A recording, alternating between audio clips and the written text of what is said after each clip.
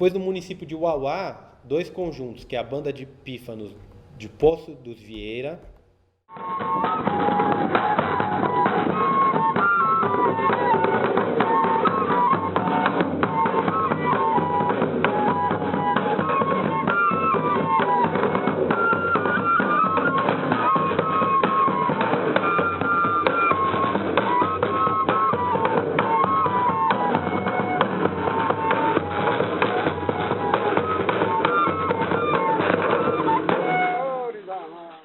Aqui formada por José Carlos Cardoso e João Cardoso na gaita, Ailton Cardoso na caixa e Delmiro Cardoso na zabumba, todos da mesma família. E no vídeo é muito interessante que eles fazem esse tipo de dança que as bandas de pífano fazem, né? Que é um trançado. É bem bonito, um cruzeiro. Depois, na região de Uauá também, a banda de pífanos em outro povoado, que é o São Paulinho, João Almeida na gaita, Natanael, Osias na caixa e Oséias na zabumba.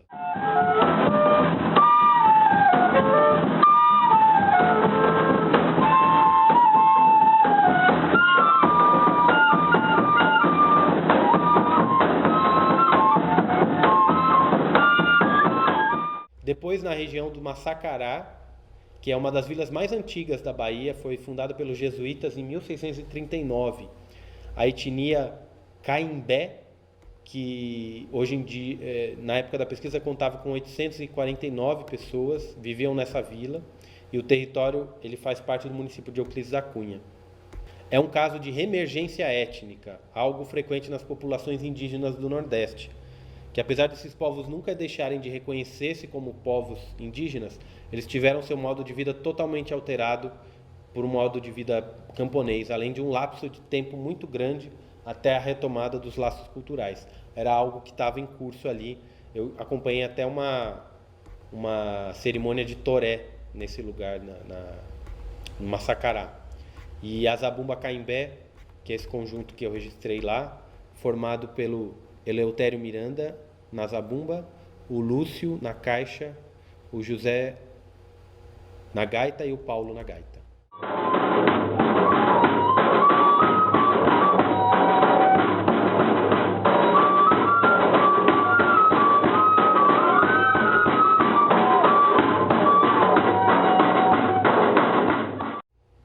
Depois, um dos conjuntos que é um dos que me cedeu esse instrumento, que é a zabumba Nossa Senhora das Candeias, no povoado do Boqueirão, município de Banzaê, também próximo a Euclides da Cunha, com o Rufino e o Pedro nas gaitas, o Paulo na zabumba e o João na caixa.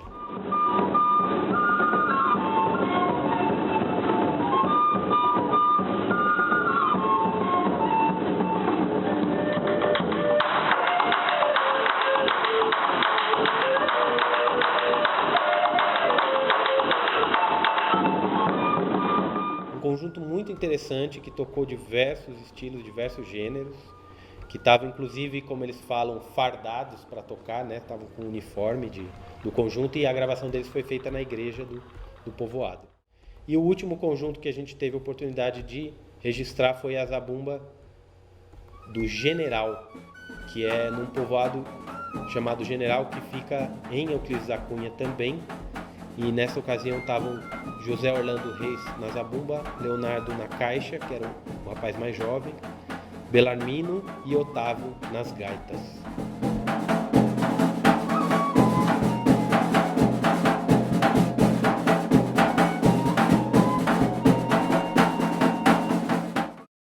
Bom, vamos falar e ver de pertinho esses instrumentos, né, dessas bandas de pífano.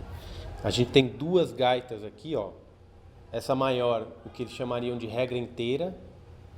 Essa menor, que seria 3/4, e a gente teria ainda a meia régua, né? São os 3 tamanhos de gaitas. Tem uma imagem que a gente vai ver isso um pouco melhor visualizado. A construção da gaita, ela começa pela separação, a partir de um modelo, né, que o tocador tem, principal, que ele usa de molde. Então ele separa, corta o tamanho do cano, o tamanho correto. Eles esquentam um ferro no fogo, faz uma fogueirinha para fazer a furação do cano, né? E vai fazendo isso em cima de um outro modelo de flauta. Enquanto o fogo vai esquentando, ele já vai talhando essa janela, que é essa abertura aqui, ó, que tem esse formato. E também talhando com uma madeirinha leve, que é a umburana, isso que eles chamam de birro, que seria para formar o bico mesmo, o apito, né, da flauta. Então, esse ajuste aqui eu digo que é uma das coisas mais complicadas de se construir a gaita, né? Que é acertar o ângulo correto, o tamanho da peça, enfim, fazer a janela. Depois a abertura dos furos, e tem um furo atrás, que é o furo de resposta, né? As gaitas todas têm esse furo que os pífanos não têm, né? O pífano tem 7 furos, um deles já contando a furação de você soprar e todos os outros de tocar, né? Afinação. Esse aqui, ele está numa afinação um pouquinho mais grave pelo tamanho maior da flauta, mas o que ele executa é exatamente igual a esse outro aqui, né?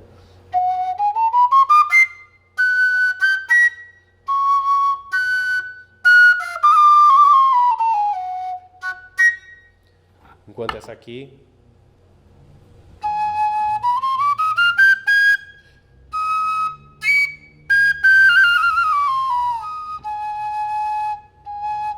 essa oitava mais grave é muito pouquinho usada por eles.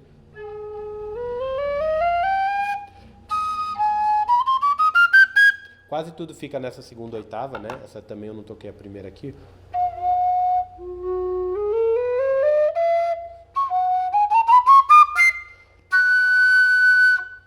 Então essa aqui mais ou menos ela está numa afinação de um Fá sustenido pra gente. E essa aqui tá num Sol sustenido, um Lá bemol. Então estavam todas em torno dessa região, né, tonal. E aí eu adotei nas transcrições em deixar tudo em Sol. Falar um pouquinho das percussões. Eu tenho uma caixa aqui que é muito semelhante às caixas que as bandas de pífano usam, né? Uma caixa artesanal, feita pelo artesão Luiz Poeira, aqui de São Paulo. Mas a única diferença, a pele é de couro, é de amarração, é que ela não tem um detalhe que tem na pele de resposta, né, e que a gente vai ver na imagem, que as caixas tem um fiozinho atravessado de nylon aqui, nessa pele inferior, e quando ele toca aqui, essa pele vibra, né? Então eles fazem com um fio de nylon preso e com algum pedacinho de canudo, de plástico, alguma coisa que vai dar o chiado. E o outro instrumento que, por questão de tamanho também, infelizmente eu não tenho uma zabumba das bandas de pífano, mas a gente vai ver a imagem, que é o maior instrumento, que às vezes dá nome ao conjunto, tocado na pele superior com uma baqueta macia, felpuda, e na pele inferior por uma baquetinha de madeira bem fininha, uma vareta, né? A baqueta de cima é o manzapo, a de baixo é a vareta, ou bacalhau. Então é um instrumento que tem esses dois timbres, um grave e um agudo. Falando mais especificamente da gaita, é um instrumento que nem todos os tocadores constroem. Você tem especificamente alguns, né? Em todos os lugares tinha pelo menos algum dos tocadores que fazia. O fechamento aqui às vezes não era com madeira, mas com cera de abelha. Muitos fechavam com cera, que é uma alternativa aí a essa madeira. E a questão de não ser feito mais com taboca é o bambu ser escasso nessa região. Então eles iam para a construção em PVC porque ela tinha uma durabilidade maior e algo que eles tinham disponível lá, né?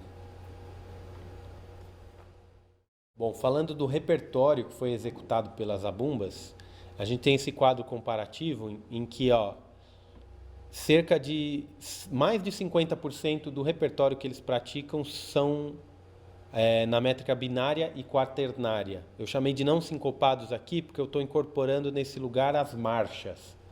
A marcha é um gênero que tem muito a ver com o contexto social de onde as bandas participam, né? Então tocar nas novenas, tocar nas procissões, tocar caminhando, né? Então marchando mesmo, é algo que ocupa grande parte do repertório. Depois, um pouco do que atingiu aí 30% é a métrica binária já sincopada, que seria o baião, o lundu, o samba, né? Todos os ritmos já mais realmente abrasileirados e sincopados aí, né? E a métrica ternária, que ocupa um pouco menos de espaço, mas que seriam os valseados ou as mazurcas. Então a gente vai ver um pouquinho de cada um, né? Em números, primeiro a gente viu em números absolutos, né? Cada uma dessas, e agora discriminado, né? Então as marchas em 86, número absoluto, de 185 que foram registradas. A gente vê o samba com 31, o valseado com 19, o baião 19. Isso tudo nomeado pelos próprios tocadores, tá? Eles que nomeavam na questão, no registro dos ritmos, quando eu entrevistava os percussionistas, eles falavam como era o toque, o que era. E antes de tocar, sempre eu perguntava o que era o gênero do que eles estavam tocando, né? Então, falando da marcha, a gente tem aí as variações rítmicas, né? O que a caixa executa, esse ritmo. Uma marcha normal. Essas duas possibilidades na zabumba também, que a gente vê, o A e o B. Uma acentuando o tempo forte no primeiro tempo, mais o tempo o aberto da zabumba, né? E o outro no segundo tempo, né? Tem uma comparação dos andamentos também, que eram bem variáveis, mas assim, de um conjunto para outro, às vezes um conjunto era bem mais preciso nos andamentos das marchas, outros variavam muito, uma variação grande, né? A gente pode ver aí nesse quadro. E aí a gente vai para essa primeira marcha, que é a Baixa Funda, da banda do São Paulinho, banda de pífano do São Paulinho.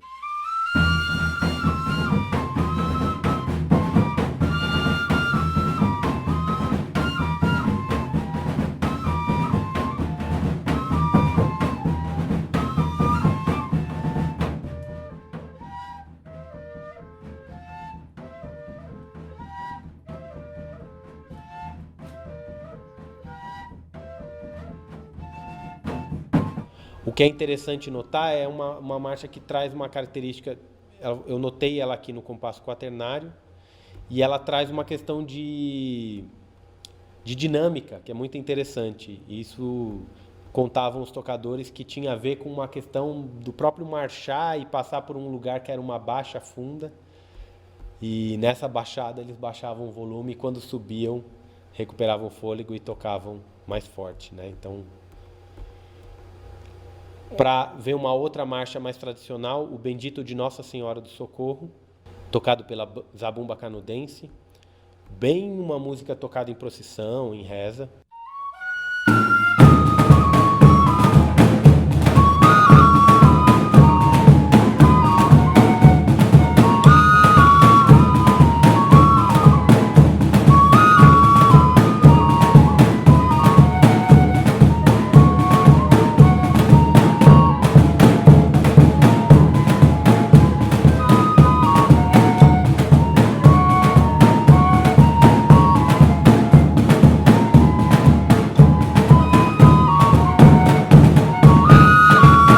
Muitas vezes são músicas que têm letra, então eles acompanham às vezes com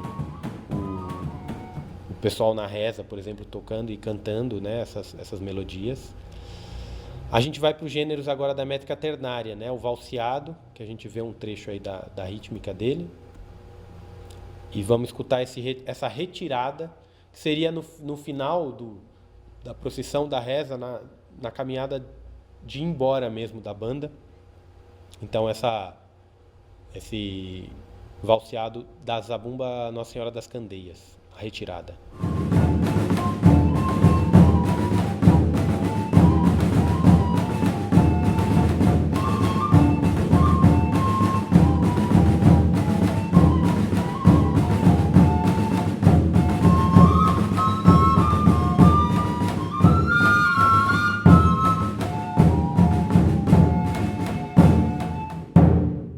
Finalizando os gêneros na métrica binária e sincopados, né? Onde a gente incorporaria o lundu, o baião e o samba.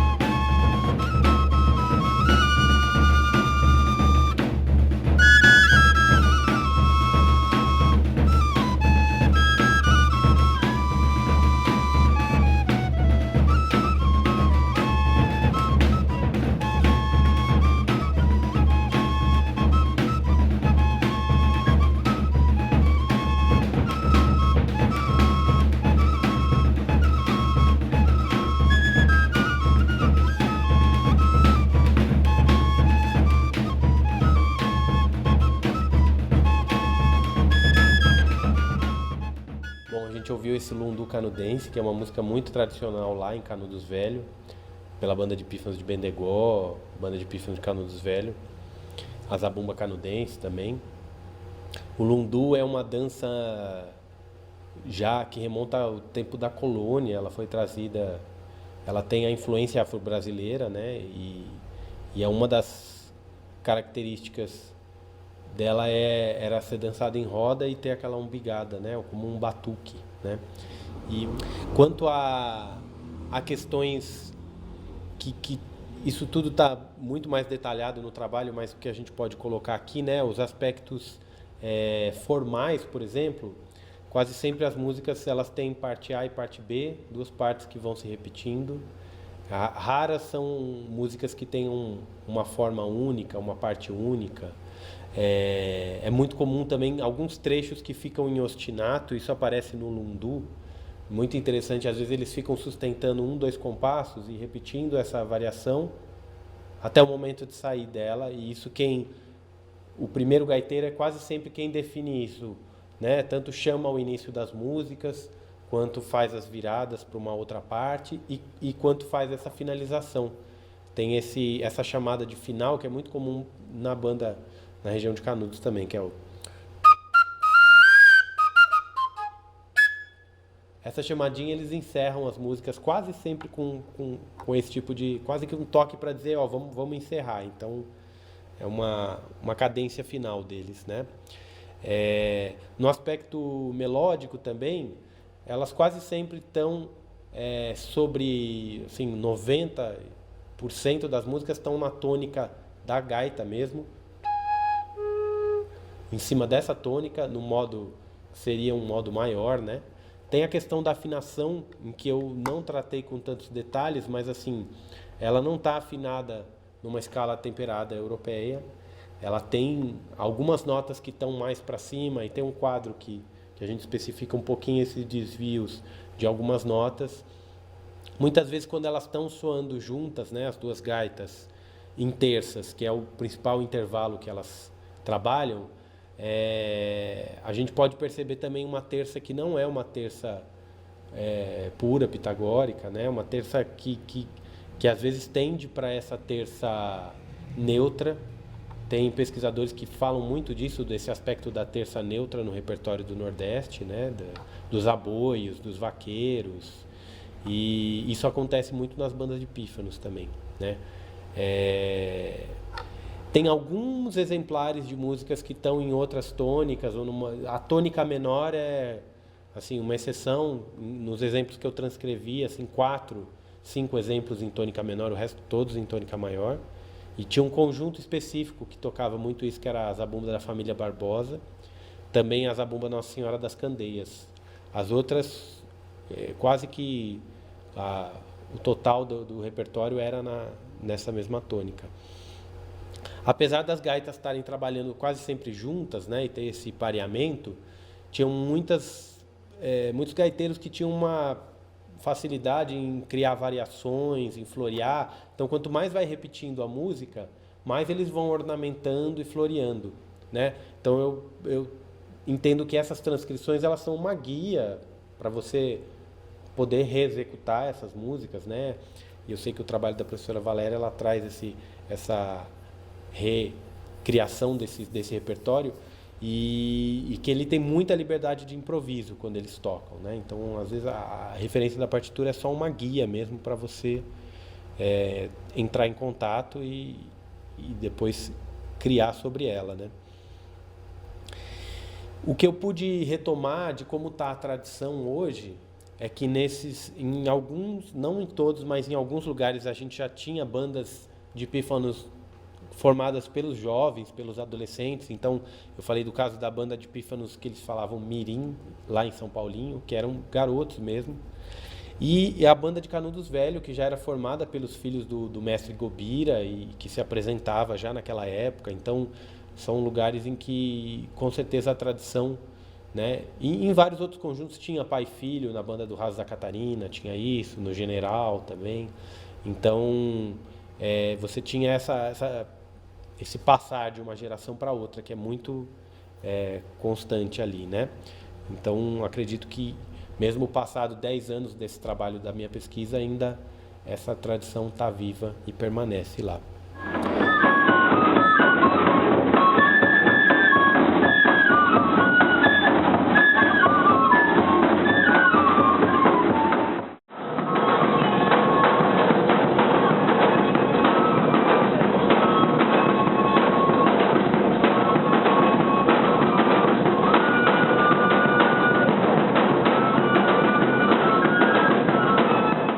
Eu queria fazer meus agradecimentos ao DESC, ao projeto da cartografia das flautas no território brasileiro, a professora Valéria Bittar, né?